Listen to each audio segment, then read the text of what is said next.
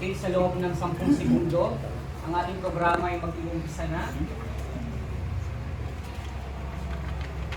Isa, dalawa, tatlo, apat, lima, anim, pito, walo, siyam, 10. Kelon. Veritas, Boss, Liberabi. Hanggang ngayon, suliraning pagdurusay saan nang galing. Pangako'y dalay kapayapaan mula sa banal na kasulatan. Ang lahat ng sikreto ay mabubunyag din sa tamang oras.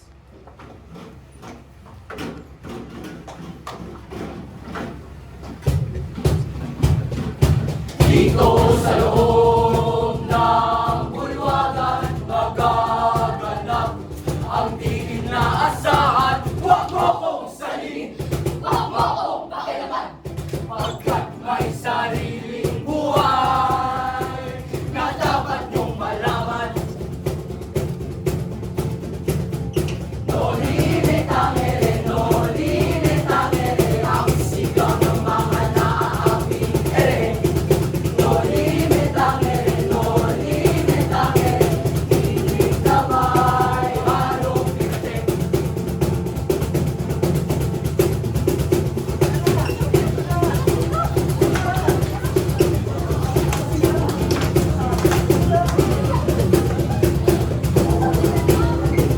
Tinatawagan ko naman ang ating kapitan, si Kapitan Lau. May susunod sa bibig. Maraming salamat, Padre Damaso. Tayo'y nagdiwang sapagkat ngayon ang kapistahan sa San Diego.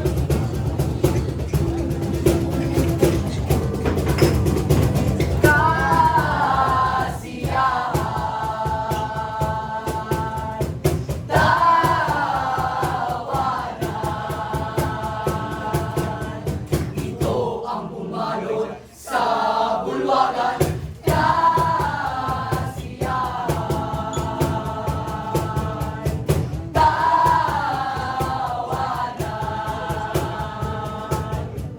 Mula sa engrandeng handaan, papuri sa Diyos, papuri sa Diyos. Sa loob ng bahay ay bumuhos, papuri sa Diyos, papuri sa Diyos. Dala ng mga fraile, ito ay utos. No limit ang ere, no limit ang ere, ang sigaw ng mga naaabing ere. No limit ang ere, no limit ang ere, tinig na may halong pigate. Crispin? Kuya Basilio? Pinasaya ka ba? Basilio! Crispin! Hindi nga kayong dalawa dito? Pinapatawag tayo ngayon ni Padre Sandy. Halina! Dali! Ito ba yan? Dahil hindi ko rin alam eh. Pero kuya, tara na. Baka mapagalitan pa tayo. Hindi tayo agad pumunta.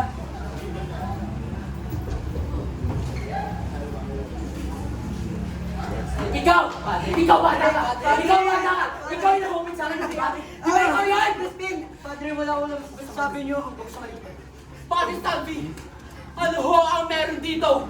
Ito, yung batang to, kinupit ni Crispin. Eh? Ang pera niyo! Wala po akong kinukupit. Isang ere! Wala po Ano ba na ka? Nakita kita! Tukay. Nasa bulsa mo yan, hindi ba? Bulsa?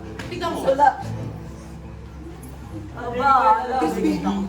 Padre, di kayo na lang. Ang lakas! Ikaw mo magsinungaling! Ikaw! Itawan mo yan! Ikaw mo yan! Pwede! Ikaw mo yan! Kuya Basilio!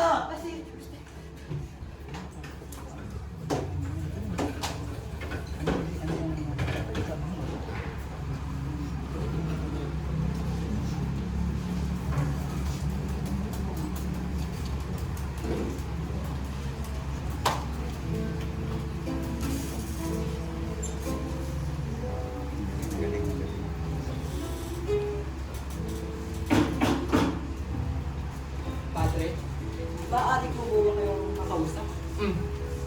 Padre, hindi naman po sana nangingialam ako sa inyong desisyon, ngunit maaari niya na po bang patawarin si Crispin? Alam ko pong hindi niya yung ginawa. Kahit mahirap na po kami. At kung ginawa Basilio! Alam ko, iyan na ang ginawa mo dito. Kaya pinatawag ko ang dalawang kong kaibigan para turuan ka kung paano gumawi ang mundo. Sila, Doña Victorina at Doña Consolacion. Kuwawang bata! Hindi alam ang nangyayari sa mundo. Puno ng kamangmangan at marami pang matututuhan. O iyo, alam mo ba na kayong dalawang magkapatid ay isang injo? Ngunit sabihin na natin mabuting kapalaran. Naging sakristan kayo at nagingkit ng uri. Ngunit dahil sa kamangmang ginawa ng iyong kapatid, mananatili at mananatili pa rin kayo bilang sa injo. Mga Indio, dahil lamang nila ay puro hirap at sakit. hirap at sakit. Hirap at sakit!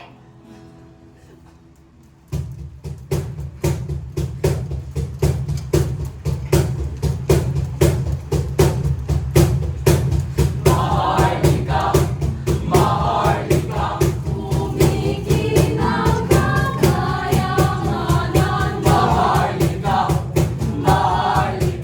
Tito Pelas ng galaan.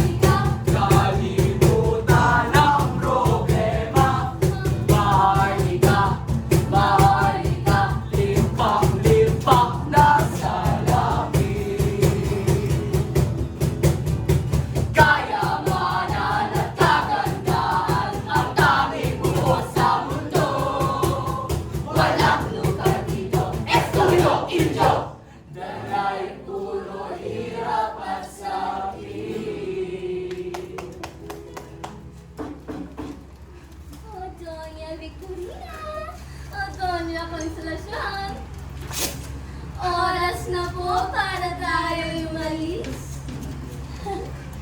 Paano ba yan, Padre Salvi? Kailangan na po namin umalis. Maraming salamat po. At ikaw naman ito, baka tandaan mo ng mabuti ang sinabi namin sa iyo upang hindi ka manatili bilang isang Indio!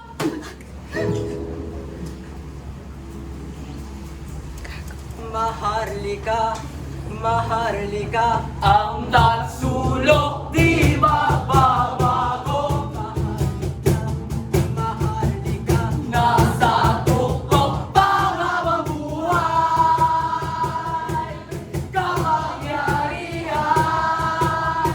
ay sa amin, kayamanan at kagandahan ang tanging buhos sa mundo. Walang lugar dito, Estudyo Indio, dalay puro hirap at sakit. dalay puro hirap at sakit. Padre, handa na po ang preparasyon. Kung ngayon, mauna ka na. Ako'y susunod sa'yo. At ikaw naman, Basilio. Tandaan mo na pinili namin sa'yo. Kasi kung hindi, ikaw na ang susunod.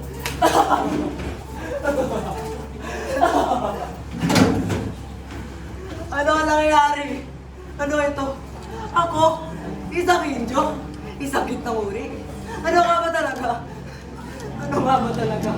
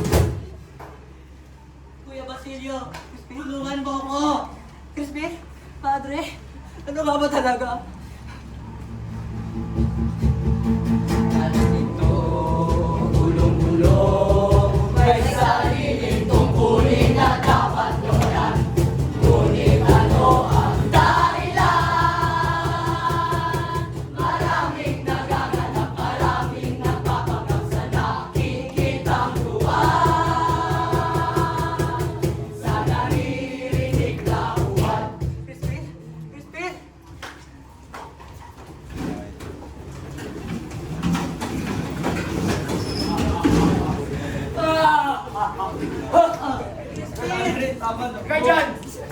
Tigilan niyo yan!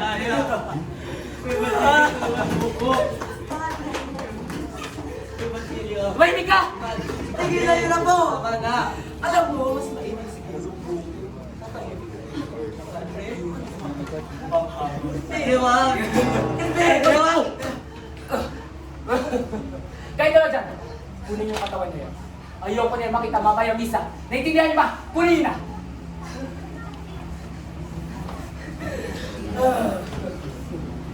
Isang kaduwag! Isang huwad! Ano sabi mo? Isang kanduwag! Isang kahuwad, Padre! Wala kang ibang anyo, kundi ang kademonyohan na pinapakita mo. Pumatay ka ng tao, pumatay ka ng bata. Dahil sa pera, sa pera ay ako wala sa mga mamamayan na gusto lang ako mag-aral at makilala ang Panginoon. Sino kaya para tawagin mahali ka, Padre? Sino? Ilang mo? Ikaw bata ka? Ang dami mong dada, ang dami mong satsat. Siguro mas mainam pa kung sumunod ka na sa kapatid mo. Huliin yan. Huliin yan! Ikaw lang yan! Huliin nyo! Hilahin na yan!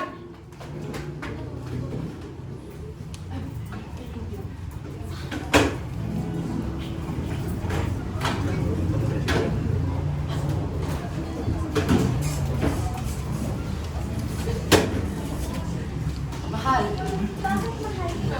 maaari mo bang kunin ang mga sulat mula sa labas?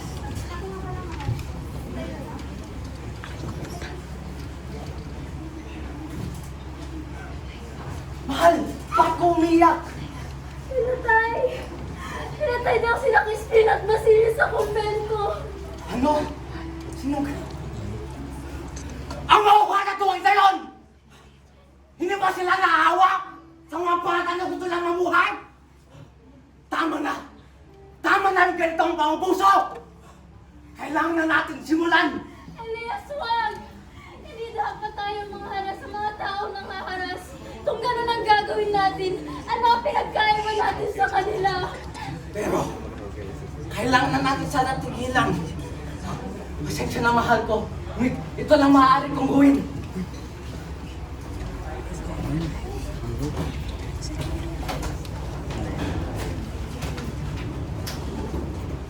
Ngayong gabi, sama-samang isang adikain.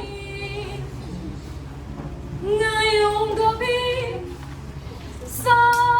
sama-samang isang mitin.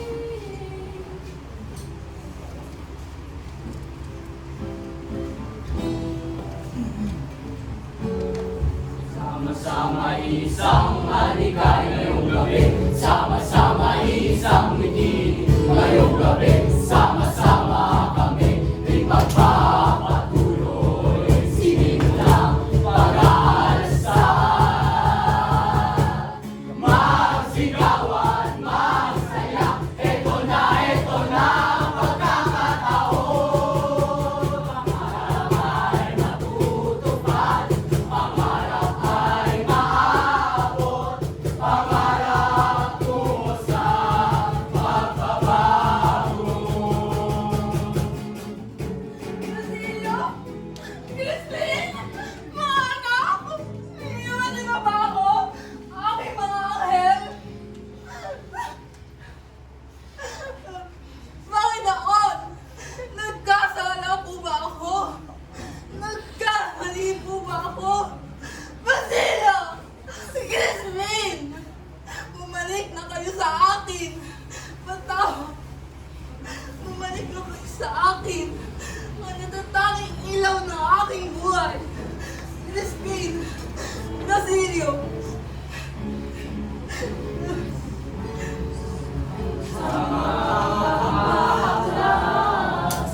Sama-sama sisigaw. Iisang adikain na aming iniyaw. Sama-sama kaaklan. Sama-sama sisigaw. Iisang adikain na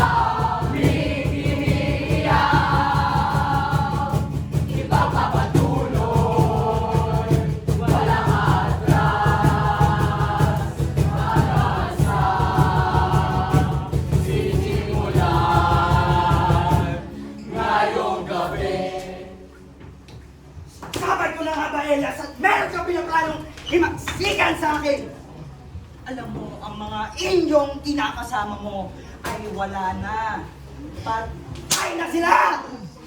Mananatili kayo bilang mga tutang sumusunod sa kanilang mga amo! Dito sa loob ng bulwagan magaganap ang di inaasahan, wag mo